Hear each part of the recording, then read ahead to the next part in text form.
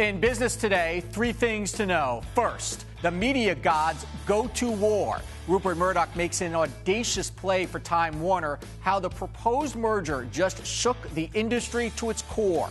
Then, you ever hear of economic patriotism? Fed up with American companies moving overseas, Secretary of Treasury Jack Lew says it's time Congress acts to reform corporate taxes and keep American companies here.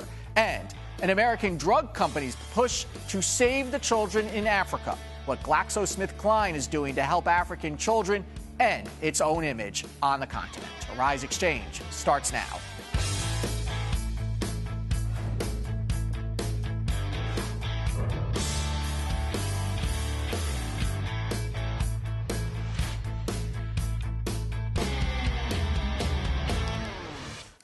Hello, everyone. I'm Andrew Schmertz. Time Warner has told Rupert Murdoch to take a hike again.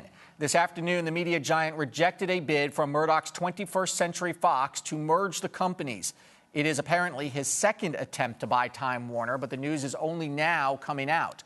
Time Warner was blunt in its rejection. On the homepage of the corporate website, the company said it turned down the offer because it believes its current strategy is in the best interest of its shareholders. And it said the company won't enter into negotiations. Murdoch's stock and cash offer comes to $80 billion or $85 a share. The two companies control some of the world's best-known media brands. Time Warner owns Warner Brothers Entertainment, Turner Broadcasting, CNN, and cable network powerhouse HBO.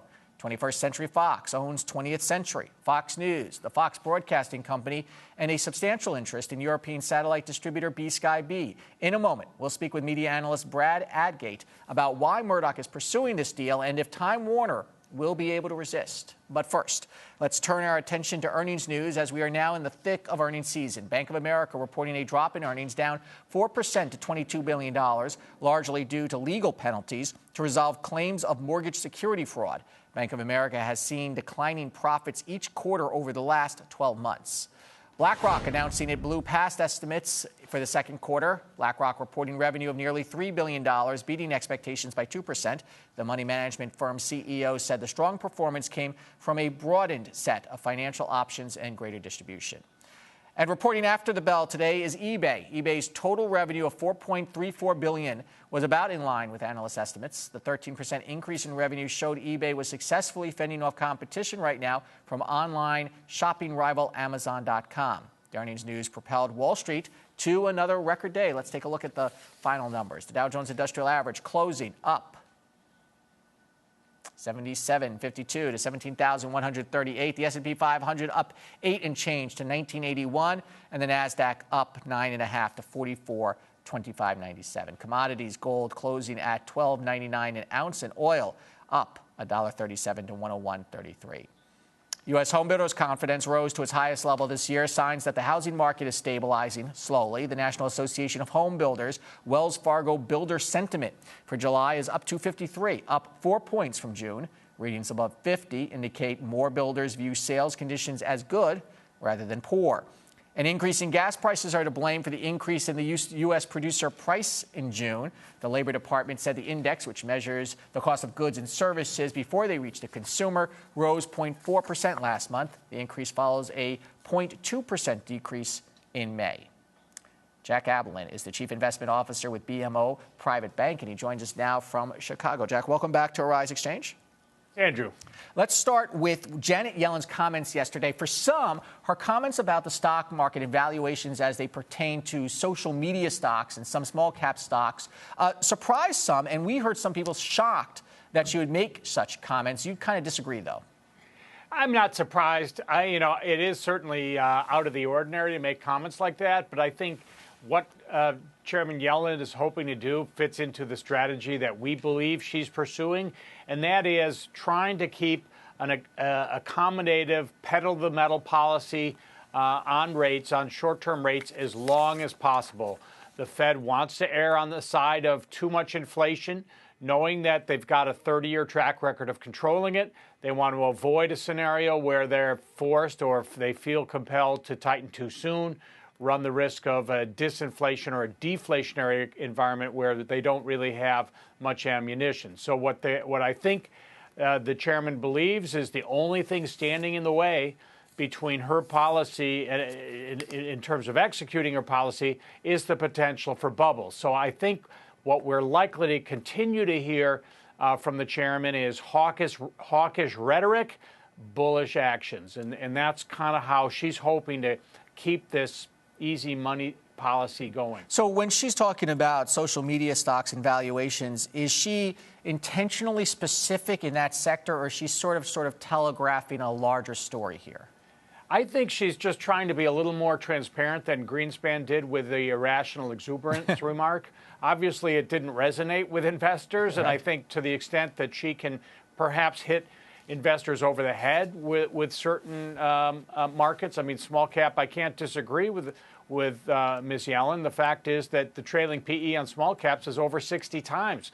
So, I do believe that we're starting to see bubbles, particularly in small cap. And I think to the extent she continues to point that out, that's a risk. It's a risk that could interfere with her strategy, and I think she's well within her rights to point that out. Okay, let's talk about interest rates, because you mentioned that the Fed does have a long record of attacking inflation, but they don't do such a good job on deflation. So your theory is that they're going to kind of let this go a little bit longer. They'd rather get a little bit behind on the inflation issue than tighten too quickly. Yeah, and that's it. And so, to me, what that suggests is this risk environment, the liquidity environment that we're currently enjoying, that we are seeing, move forward here, will likely continue. I think that the consensus expectation of a tightening in early to mid 2015 may be a little overly aggressive. But we'll see when that happens. I think she's going to continue to talk down wages. She's going to continue to kind of downplay growth. She's going to dismiss any kind of inflation reading in an effort to try to, keep that pedal to the metal longer than we normally would, just to try to avoid any kind of scenario to the downside. And Jack, what would be the scenario, though, where they would be forced to move in interest rates higher, and that might shock the markets? Well, if we started to see either, huge bubbles, perhaps that would get them concerned, and they don't, obviously the higher they rise, the more they fall. I also think if we did start to see some inflation in earnest, I think a lot of investors are underplaying the impact of housing. Mm-hmm. The fact is that rents are rising pretty dramatically. I think there was a story in the Wall Street Journal this morning about it, and that's 30% of the CPI. That's inflation.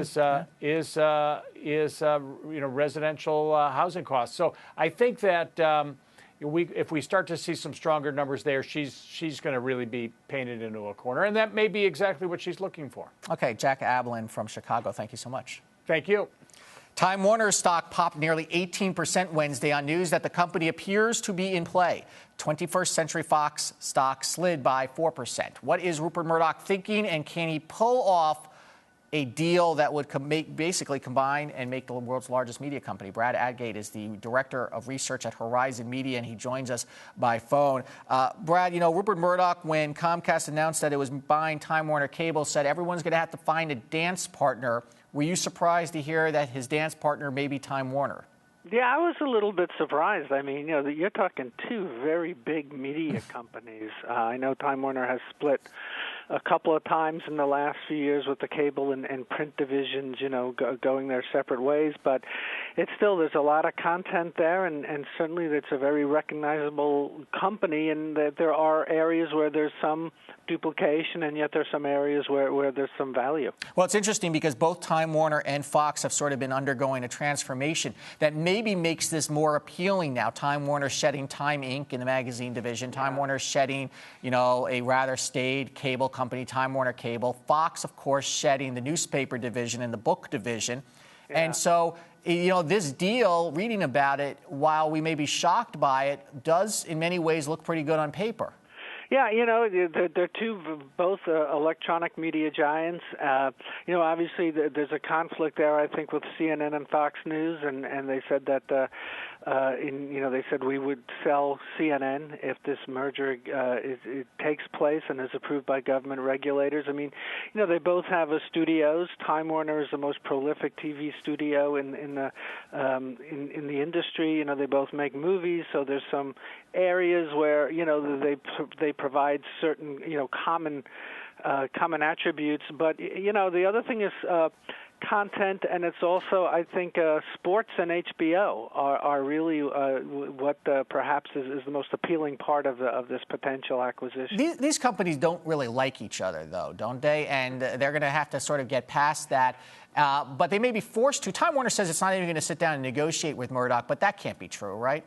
Well, I mean, I think it comes down to cost, and I guess everyone's got a price, and I don't know what the price is, but this was immediately rejected, and as you pointed out earlier, are there other companies that may look at this thinking that Time Warner's in play? I mean, that remains to be seen, but I think right now they thought that the Fox proposal, wasn't robust enough for them. Mm-hmm. Well, it's interesting, by the way, because a majority of Time Warner shareholders actually own Fox stock. So it'll be interesting to see if the shareholders sort of, pipe up a little bit. What is next here in this negotiation? Do you think that this deal could happen? Could it happen in its current form? And are there regulatory concerns?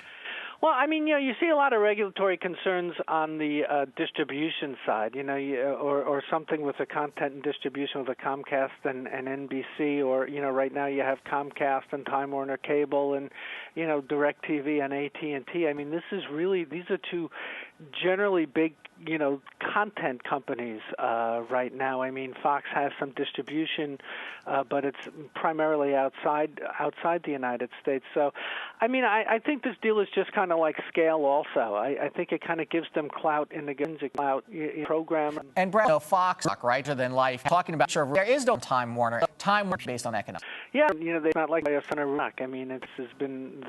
Yeah, oh no, but so that's a very excellent. Not running this. That's right. Thank you for your thought. And coming up, the Secretary of Economic Patriotism. What does he have in mind? You're watching Arise Exchange.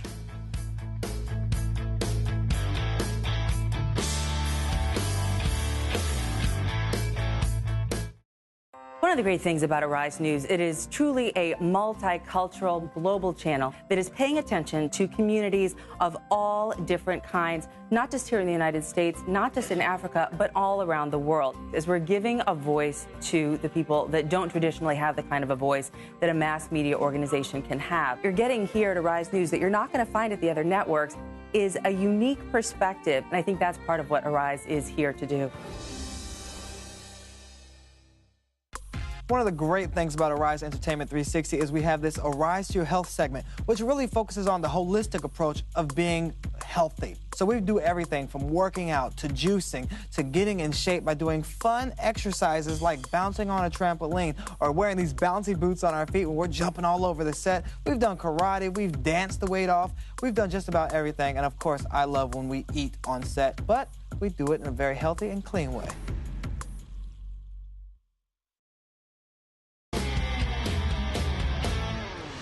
Welcome back to Arise Exchange. The United States is facing declining tax revenue as more U.S. companies flee for better tax treatment, a process known as tax inversion. It's a complex legal maneuver where a U.S. company merges with a foreign company and relocates officially overseas where corporate taxes are lower than the U.S. rate of 35%. Secretary of the Treasury Jack Lew has a plan to keep more American companies here in America. But does it involve reforming the tax system? Arise Washington Bureau Chief James Blue is in D.C. James, what did the Secretary propose today? Basically, in a letter to the House, to Congress, he basically wants to raise the sort of ownership level that would allow a company to sort of move their sort of tax base and headquarters overseas. Right now, it's at 20%, and he wants to raise that to 50%. The hope... Go ahead. I'm sorry? No. Go ahead, James. I'm sorry. No. The hope is that this would prevent companies from deciding to sell and buy other foreign entities and moving out of the U.S. Okay, this proposal is dead on arrival, isn't it? I mean, this is, let's pretend to do something to keep American companies here, but we know that the Republicans say you want to keep American companies here, lower the tax rate. It's the highest in the world. Right, and what they know is impossible at this point is to get anything through Congress. You know, if they were trying to really do something, and if they thought they had a chance, they would propose a new tax structure, and that's just not going to happen. This proposal is dead on arrival. What it is really show so that the administration can point to saying, we are trying to keep U.S. companies here. Congress isn't cooperating. And the president has proposed tax reform on this issue, and he has been blocked by the GOP. So it is possibly just yet another move to show that they're trying to do something here. What is tax inversion? Can you talk a little bit about what companies do? Basically, what companies do is they find a company to buy in a low tax rate nation. So one of the big companies, or one of the big countries taking a lot of inverted companies is Ireland. And so what happens is you'd have a company in the U.S., say, Walgreens, which is actually thinking about going to Switzerland. They buy a company overseas. Walgreens is thinking about buying Boots, which is a big pharmacy in the UK and Europe. And by buying Boots, they merge, and the corporate headquarters would then move to that European site. And what that does is it allows a company like Walgreens to completely reduce their global tax rate and their headquarters tax rate from the high 35% here in the U.S. to countries like Ireland, where it's 12.5%.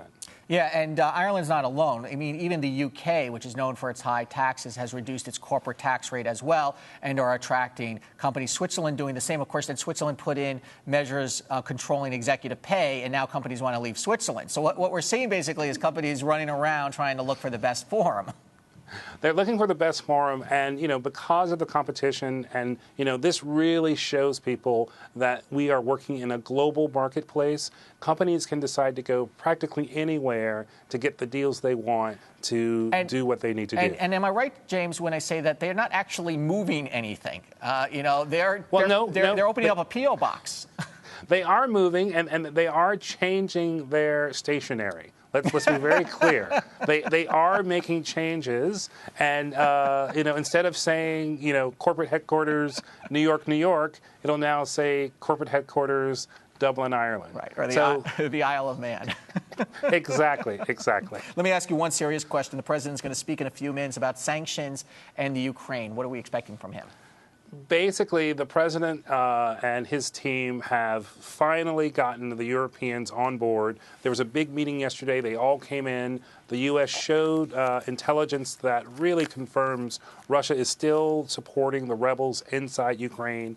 They are going to put sanctions on 4 large banks and about 8 or 9 energy and defense companies, and these companies will not have access to the U.S. debt market. These aren't sectoral sanctions, but they are sort of a midway step between the previous sanctions and sectoral sanctions, and it's just really trying to prove to Russia that they have to get out of Ukraine. Okay, James, thanks. Good job. I love the stationary comment.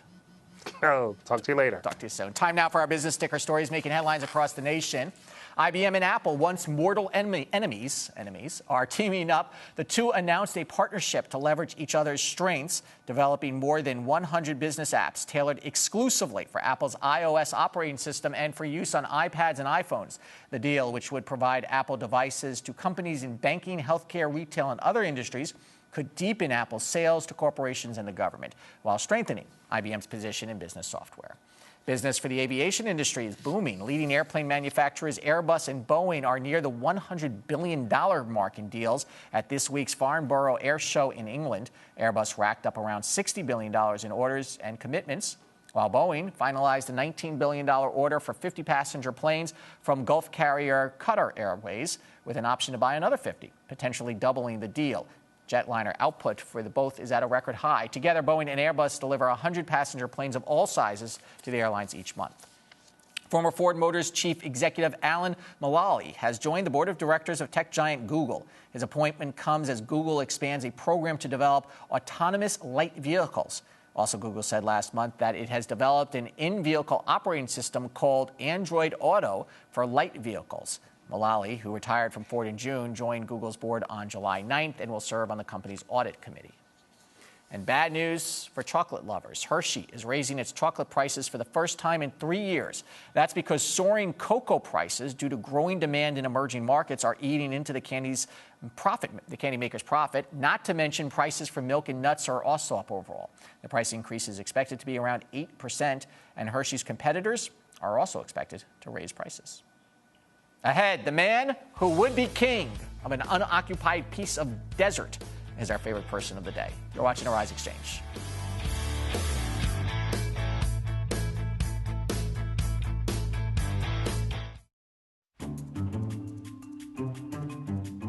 If I was building my own news network, first thing I think I'd want high-quality reporters, very educated, intelligent people. Hello, I'm Francesca Maxime. I'm Julian Phillips. I'm Wendy Gillette. I'm Sophia Songhai. I'm Gary Anthony Ramsey. Thank you for joining us here in New York City. I would like to see more people of color represented in high positions in media. We've got world-class journalists, veteran journalists who have been in this industry for decades, not just in front of the camera, but behind the scenes as well. People need to understand the problems that are going on in the community are much closer than we actually think they are. Kayla Phillips is one of the shoppers who is suing Barney's, and she is here with her attorney. What is it that you want from them? Not to judge every African-American person that comes in your store.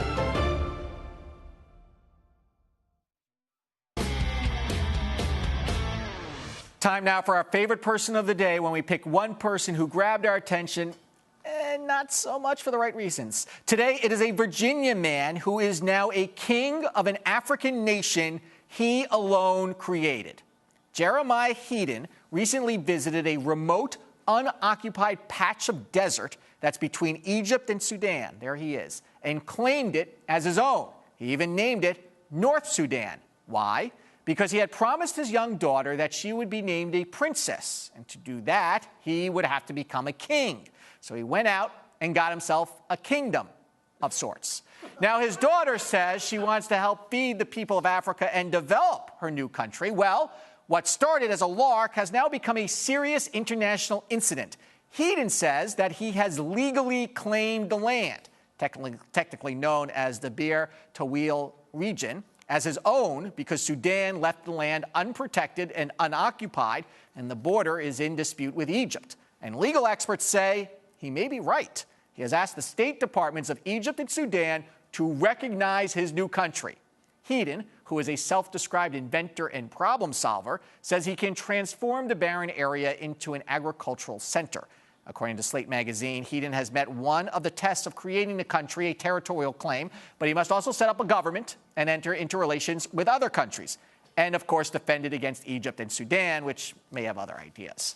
This is not Heaton's first trip into politics, by the way. He ran unsuccessfully for Congress in Virginia, so now we guess he is aiming higher to be king of an uninhabitable piece of land in Africa. And so, King Jeremiah Heaton of the newly formed North Sudan is our favorite person of the day. Coming up, getting vaccines and medicine to African children. You're watching Arise Exchange.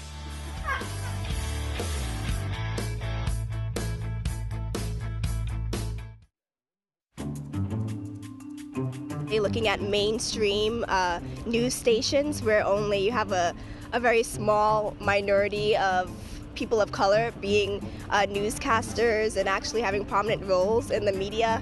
In a newsroom in the United States, maybe 10% of decision makers come from communities of diversity. That's not right. Well, diversity is important because the more complete the news is, the more accurate a picture you're getting of the world, and the more you can form an accurate opinion of things. The vision here is not just to tell the main stories of the day, but to tell the news that other organizations don't tell, and tell it in a way that people like me, people that look like me, that look like you, are interested in. Arise News. Arise News. Arise News. Arise News. Arise News, every culture, every angle.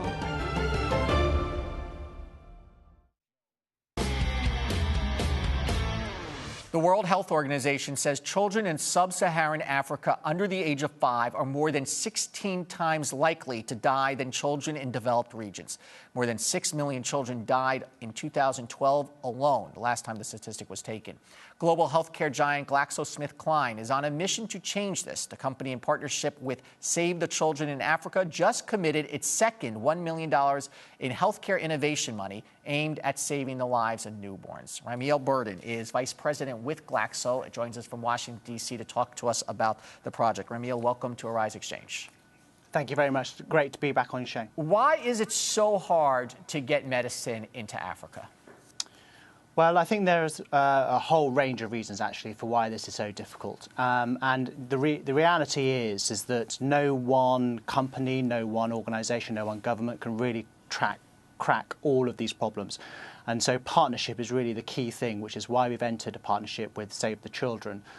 We really need to increase access to the hardest to reach communities through things like working together with community healthcare workers, through strengthening the supply chain, and through increasing our ability to reach people through greater distribution networks. It's not an easy task, and it's not something we can do overnight, but it's definitely something that we are committed to with Save the Children. What are some of the key medications that you're trying to get into the hands of children? So antibiotics, antimalarials are key things. Just last week I was in Western Kenya with Save the Children looking at the challenges there, and it's clear that we need to do a much better job at getting access to these kind of medicines, plus also vaccines. Vaccines are extremely difficult to get to people in the most remote parts of the world because you need a cold chain. Mm-hmm. And by working with Save the Children, we're really building the capability in countries to have a sustainable cold chain supply, so that every baby who needs it gets the vaccines that they need. So what is Glaxo's role? Are you donating the medicine, and then are you putting boots on the ground to help distribute the medicine and educate the people into how to take it? Yes, all of those things, actually. We're doing this in partnership, as I say, with Save, and we're really leveraging the expertise of Save the Children and the expertise of GlaxoSmithKline. So we're doing this from basic research all the way through to training of healthcare workers, all the way through to using our expertise in distribution and managing the supply chain to strengthen the supply of medicines and vaccines. And Save the Children are a great partner to be doing this with, because they have boots on the ground. They know what the challenges are, and they really are helping us by giving us great insights into how people access healthcare, what they need, and how we can save more lives more efficiently and cost effectively. And can I ask you how much money Glaxo is committing to this? Because the criticism of the drug companies have been for years that the drugs are simply too expensive, and that the pharmaceutical companies haven't done enough to get them in the hands of people in Africa. So how much, if you could talk in dollar signs, that Glaxo is willing to spend here? So with the partnership itself, which is a broad partnership across all of Sub-Saharan Africa, we're talking about something like £26 million over 5 years. To your point about pricing, we're also, and we have been doing this for a number of years, really reducing the cost of medicines and vaccines to Sub-Saharan Africa. So we have a policy that caps our prices to make sure that they are no more than 25% of the cost that the same medicine would have been in somewhere like the United Kingdom or France. And of course, we're working with Gavi to make sure that our vaccines are as low as possible for supply to Gavi, which, as you may well know, we supply something like 1/3 of the total amount of vaccine that goes into Sub-Saharan Africa. So the more we can do there, the better it is for access. And we have about 30 seconds left. Are you getting the help you need from the governments of these African nations? Yeah, absolutely. The reason we're in Kenya is because there is massive support from the local government there, who is really supporting us. And we're getting support from across the board in a number of countries. And we're getting support from the US government here as well. Okay. Ramil, thank you so much from GlaxoSmithKline. Hope to have you back on the show soon. Thank you very much. Friday on Arise, Xchange, the business of hookup apps. They are on fire. We'll explain the various apps on the marketplace that will help you maybe meet your next loved one or even a quickie rendezvous. Let's take a look at the markets. A record day for the Dow Jones Industrial Average, up 77.52 to 17,138. Earnings news, some good economic news, the news about Time Warner and Fox, all helping to drive the markets. Green arrows as well for the S&P 500 and the NASDAQ. I'm Andrew Schmertz. Have a very good evening.